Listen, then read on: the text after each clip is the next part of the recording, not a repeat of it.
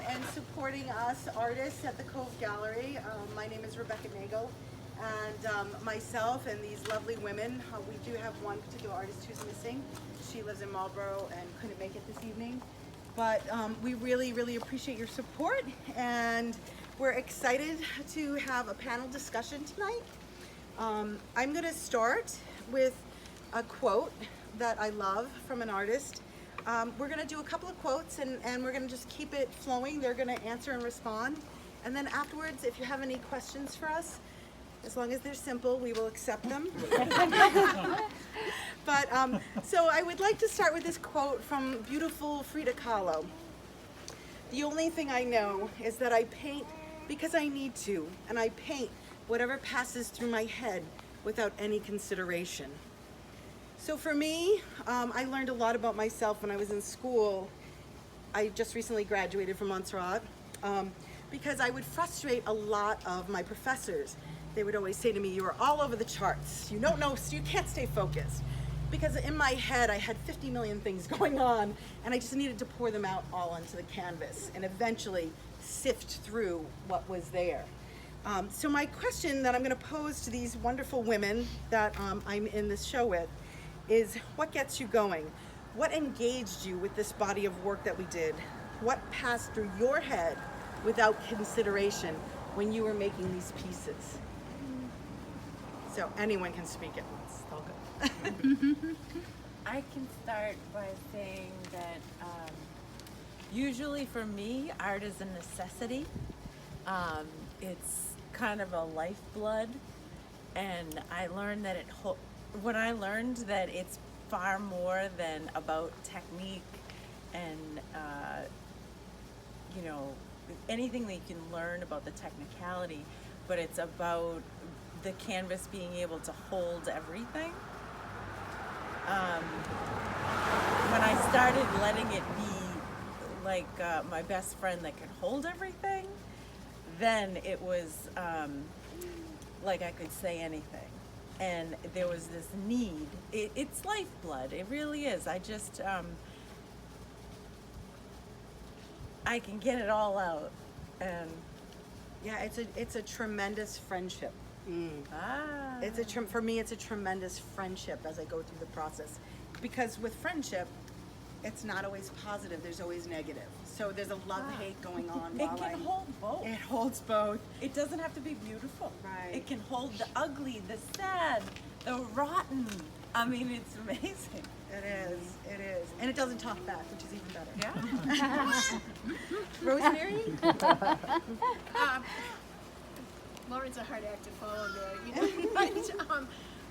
But what I think about is my paintings, well, especially this body of work, is pretty consistent, pretty much flowers and still life, and that's really what I like to do. And I have found, I painted when I was in college, and I should have been painting my whole adult life, and I have not. But I started again about 20 years ago, and now I'm pretty addicted to it. But I have found that I really love painting flowers or still life. I love color, and so when I do go outside with my friends to paint, and they're all painting boats and buildings, I have to find something that's growing, because I've already decided I'm not going to spend a lot of time, painting something that I don't want to spend time with and that I'm not good at, and that kind of Well, I thing. think what I thought was really interesting, you just said you like to paint things that are growing. Yes, I yes. love that statement. Yeah. I love that statement. Yeah, so that's what I love, and bright color, and I'm pretty addicted at this point, so it's a beautiful thing. So Ree, you're very different than all of us. I am. Which You're I right. love. And yes, I love thank you for diversity. having me. Yes, we're So a it brought into the diverse scope group. of our show, which is lovely. Thanks. So, what passed through your head without consideration? Yeah, so great question. So for me, I'll speak just to this body of work in particular, because this is truly, for me, this is a re-emergence, pun intended and no pun intended. My name is Rebecca, but I do go by Ree. This is a re-emergence for me. I got my BFA back in 2000, and went in fits and starts, and had the benefit of working for many great, working in the art field, many great nonprofits and so on. But it was the pandemic that made me go in and really have to, really have the time to think about all the things that inspire me. And I have the great benefit of having Loren as my studio mate. And when things went down, we were quarantined together in the studio. And has been a great mentor to me, as well as Ruth Mordecai, who I don't think is here right now. But Loren said to me, I was so trying to figure out what kind of painter am I? What do I paint? What do I do? And I know what I'm inspired by, but I was a little bit stuck. And Loren said, tell your work all of your secrets. Just don't hold back. She was, she looked at all of my materials that I've been hoarding and collecting over the years, and she said, your assignment also is to use everything. Just use it. Stop hoarding it. And so for me, it was really a getting to know myself again, and getting to know really digging into what inspires me, and really being able to not hold back and tell the work all my secrets. It sounds like you were open to the fear. Open to fear. Completely, for the first time in my life, I was open to the fear of, and it released me. It completely released me. And I love that. Okay, so the next quote is from, I call him the GOAT, greatest of all time. It's a quote from Pablo Picasso, who is amazing. And he states, inspiration exists, but it has to find you working. It has to what? It has to find you working. I love So, to what we're going to pose to the artist is, to talk about your process. In other words, if I walked into your studio right now, where would you be? What was your work? For me, I have many avenues, whether it's simply drawing, simply photographing, simply, just trying one image in a million different ways, whether it's pastel, whether it's acrylic, whether it is toothpicks glued together, which I have done. I mean, just that experimentation leads me at least. So you would always, working is a very diverse process for me. So how would you guys answer that question? If I walked into your studio, Rosemary, well, I actually had a studio with Rosemary for a little bit, so I kind of know. Share with the others. Well, but then I took over your space, and now I have double the space. That is true. So I have 2 easels going usually, and generally I'll have one still life with beautiful flowers set up. What I need to remember to do, and I don't always, is take a photo of it, because after a couple days the flowers die, and I need to remember what they look like.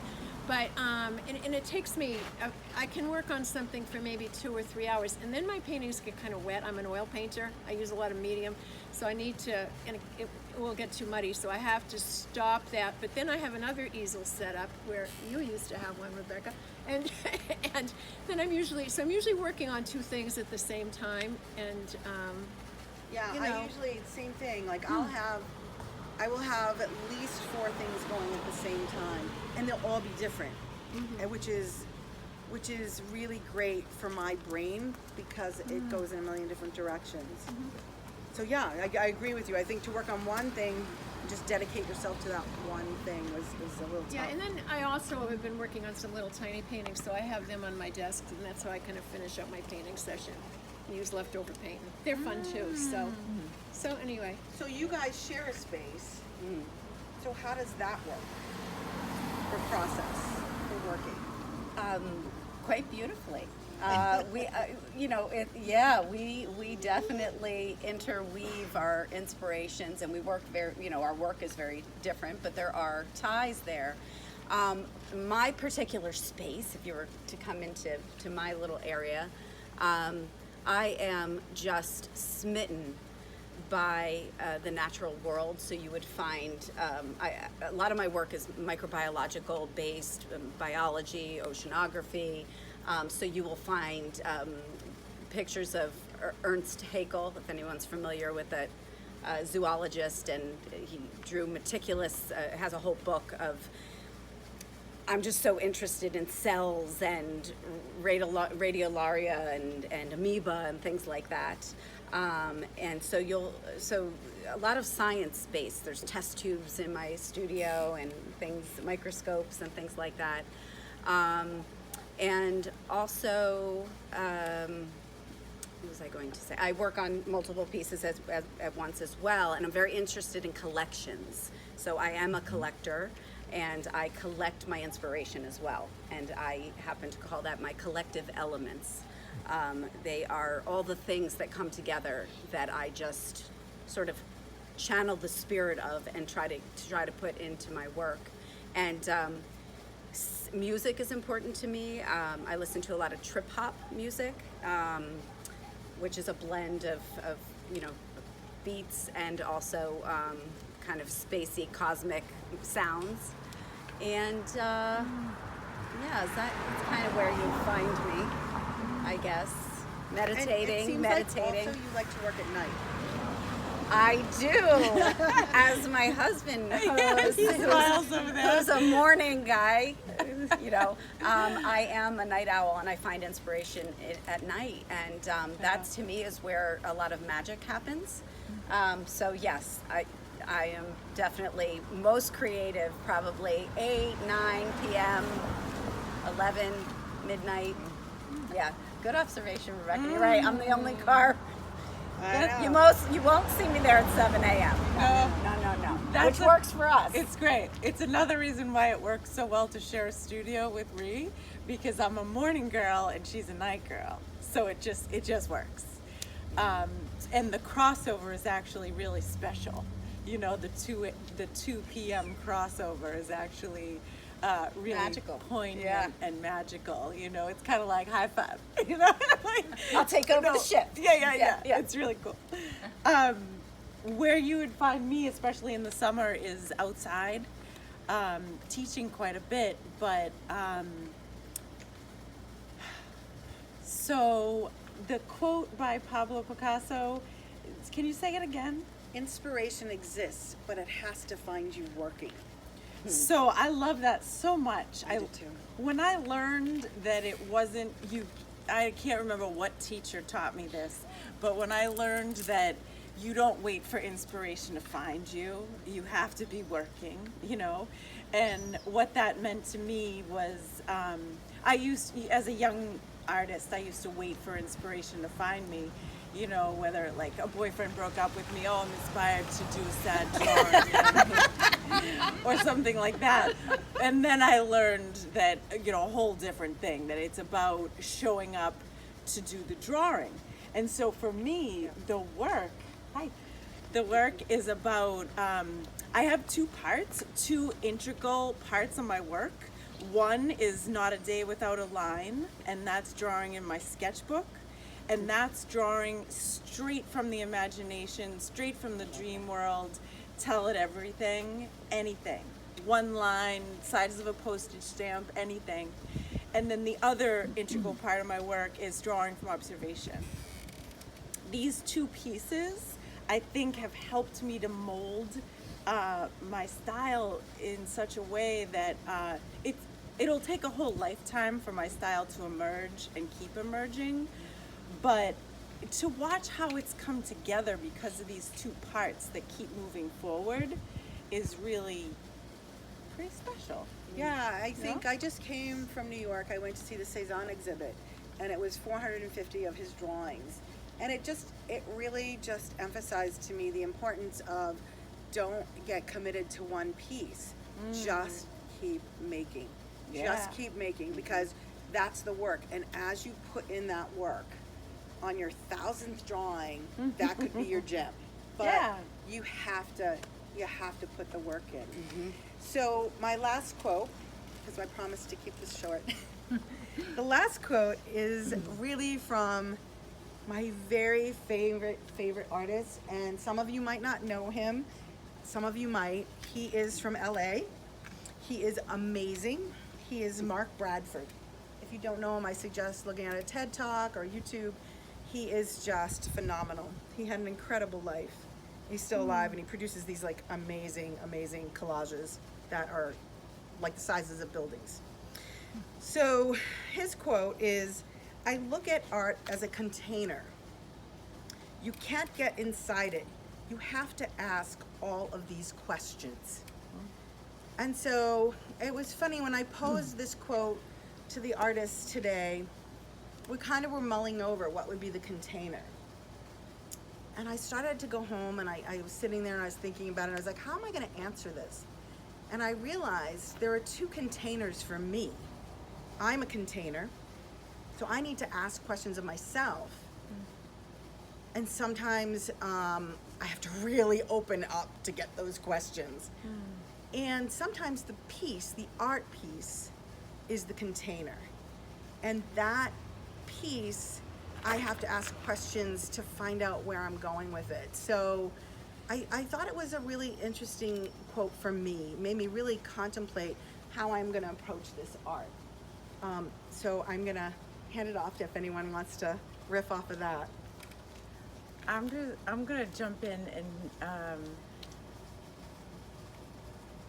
when I start a new body of work, and this is what I support all my students in doing as well, is it has to start with something that drives me wild. Like it has to open my heart, you know, the size of Texas, you know,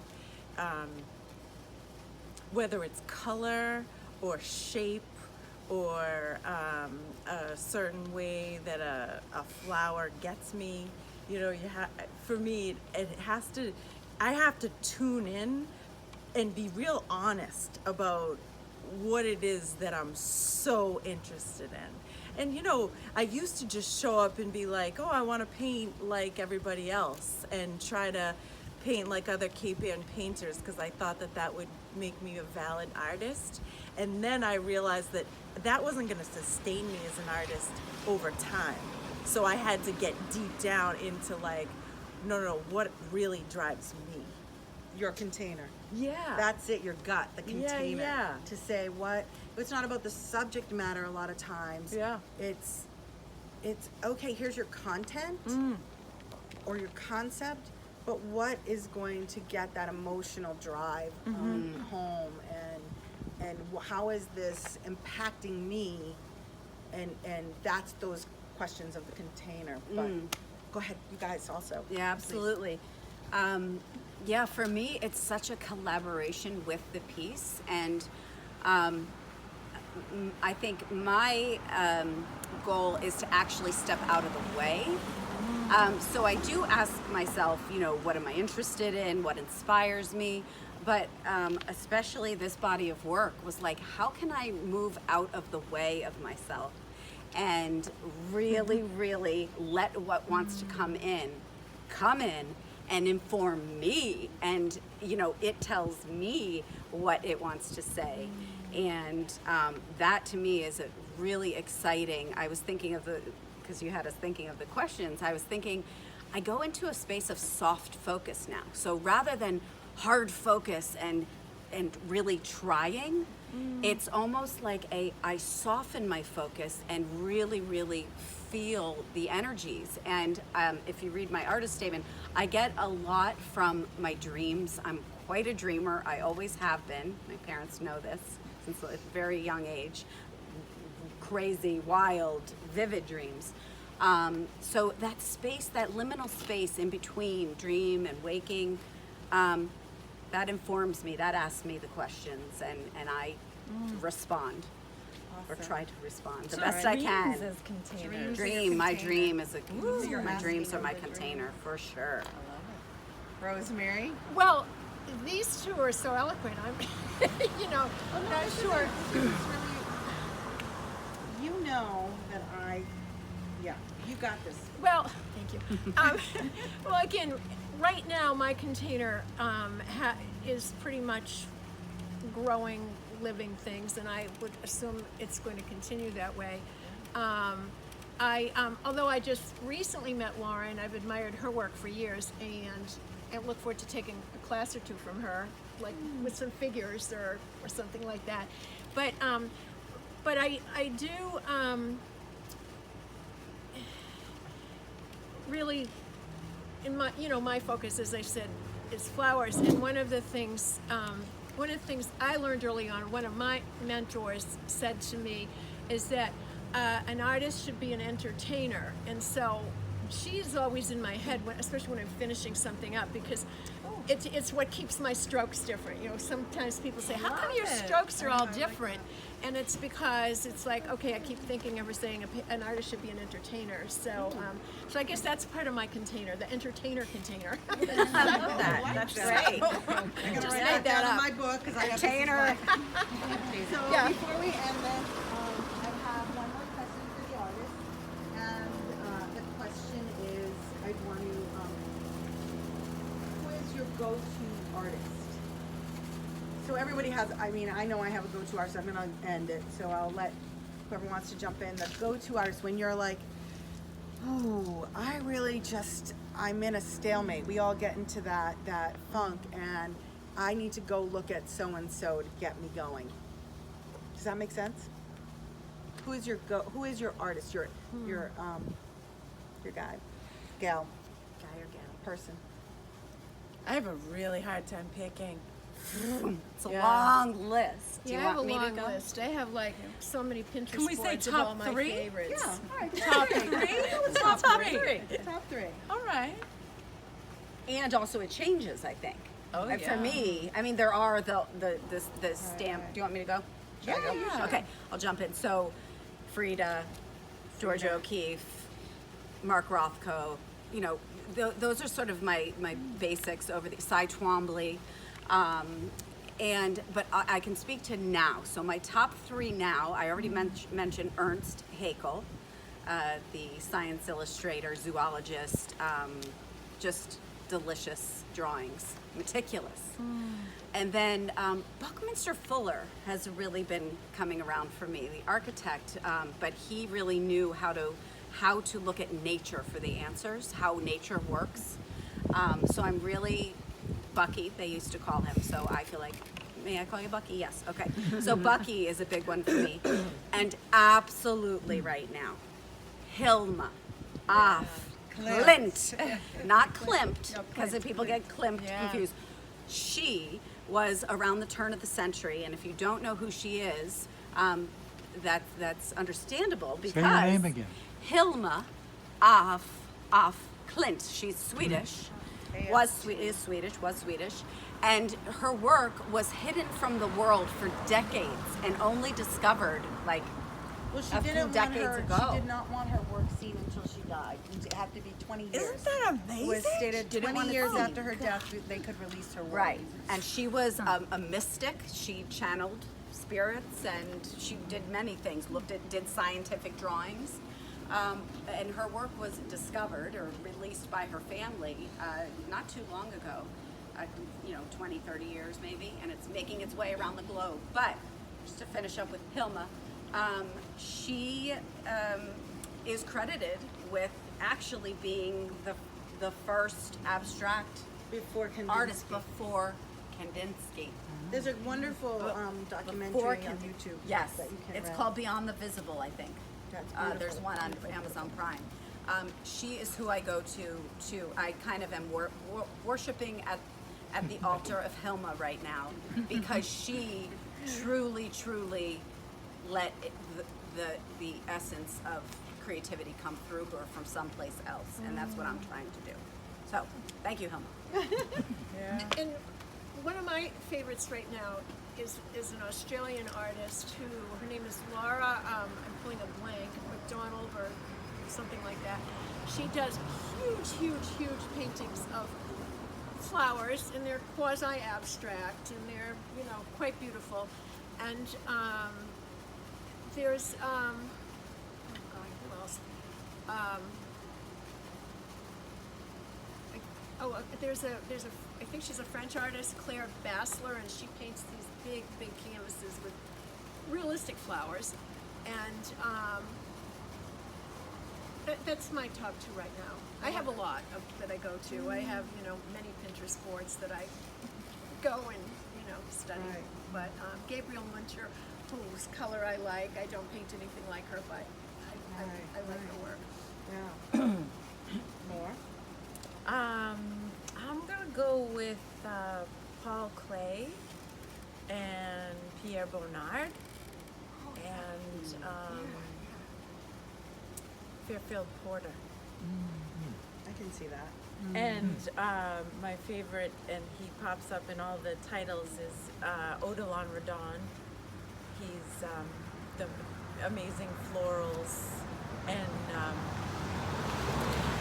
the thing that drives me the most wild is when abstraction and realism meet in the middle, and there's this sweet spot right in the middle where they touch, and they cross paths. And whenever an artist nails that spot is when I get the most excited.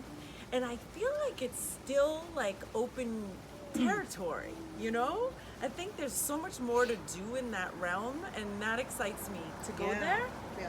Yeah. So I love Stuart Shields. I always go to Stuart Shields. I love his landscapes. I love his use of color. I love the emotional impact of his pieces. And I love Oskar Kokoschka. I could just stand and I just stood actually on Tuesday in front of a Kokoschka for probably about a half hour. My girlfriend was like, come on, let's go.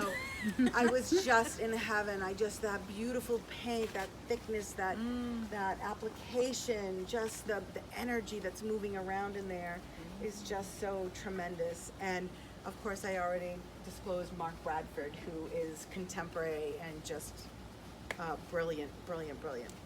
So I hope you all enjoyed the talk. Yeah. This is amazing. Thank you so I much. have never been prouder. Thanks to Rebecca. You are amazing. They're amazing. It's been a great experience. So please help yourself. We have beverages, we have art, we have conversation. The only thing we ask is when you're inside, just please wear the mask. All right, thank you. Thank you all for coming. Q&A. Sorry, go ahead. I apologize. I should have. Is it okay to ask a question? It is okay. Okay. Absolutely. Because I actually do. I have a question. Sorry if I get interrupted. For like all you guys, is like the act of getting inspired and like searching for your inspiration, like what is the percentage that takes up like of how you create? Like for instance, like you seems like paint pictures of flowers and botanicals. Like, do you spend a lot of your time growing flowers and like? Well, I am a gardener, Okay. yes, and I do like to paint my garden, but it doesn't take a lot to inspire me because there are flowers everywhere, and even if it's winter, there's Trader Joe's and grocery store, and Yeah. there's always living things somewhere. So Yeah, that's cool. Yeah. Awesome. So I think for myself, sometimes I think I'm inspired. Like I'm like, oh, this is it. I'm so inspired. And then I get in there and I get going and I go, oh, this is not really, this is Yeah, not there's really always there. that. That doesn't mean that it goes in the trash. What that means is it gets stored away for another moment in time. And I try to explore another avenue in a different direction. And so I'm open to that. I'm open to all inspiration, but I'm letting the work kind of dictate really where it's going to go. That it's once again into that container. Like if I didn't ask enough, if that particular container of work, I didn't ask the right questions, it looked like a great container when I took it off the shelf, but I didn't have all the right questions, I can't get into that container, so I've got to change directions. So for me, that's that. Yeah. Okay, Cool, go. yeah. Go ahead. The question is really about inspiration, right? How much does inspiration Yeah, like play a role? is the hunt as much worth the catch? You know what I mean? Like, is it It is. You That's know? that's awesome. It is. Yeah. Like What do you mean? is the hunt of trying to find how you're Is that part inspired of the work? as big as creating the thing? Oh. You know, like what is it 50-50? Is it 60-40? Is it who knows? Yeah. I'm just good curious. question. Yeah. I think that's what drives us as artists, is that hunt. I know for me, that's what I get excited about. Yeah. That's a great question. Yeah. I just know that I have so much emotion and so much to say. It bubbles over so big. It's bigger than my body can hold.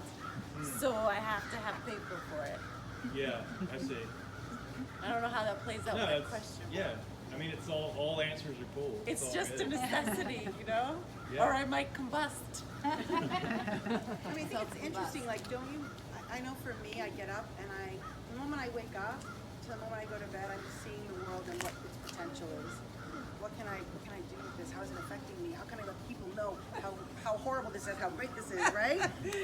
Right? You just have a lot to say. Yeah, you're bubbling over. You're just like, right?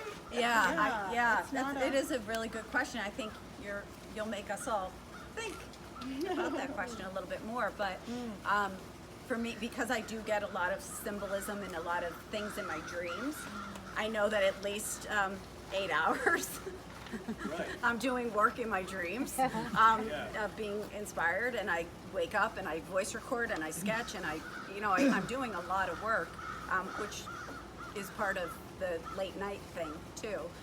I think pretty much always inspired by, I could find a seed pod on a tree on a walk and be like, oh, that's delicious.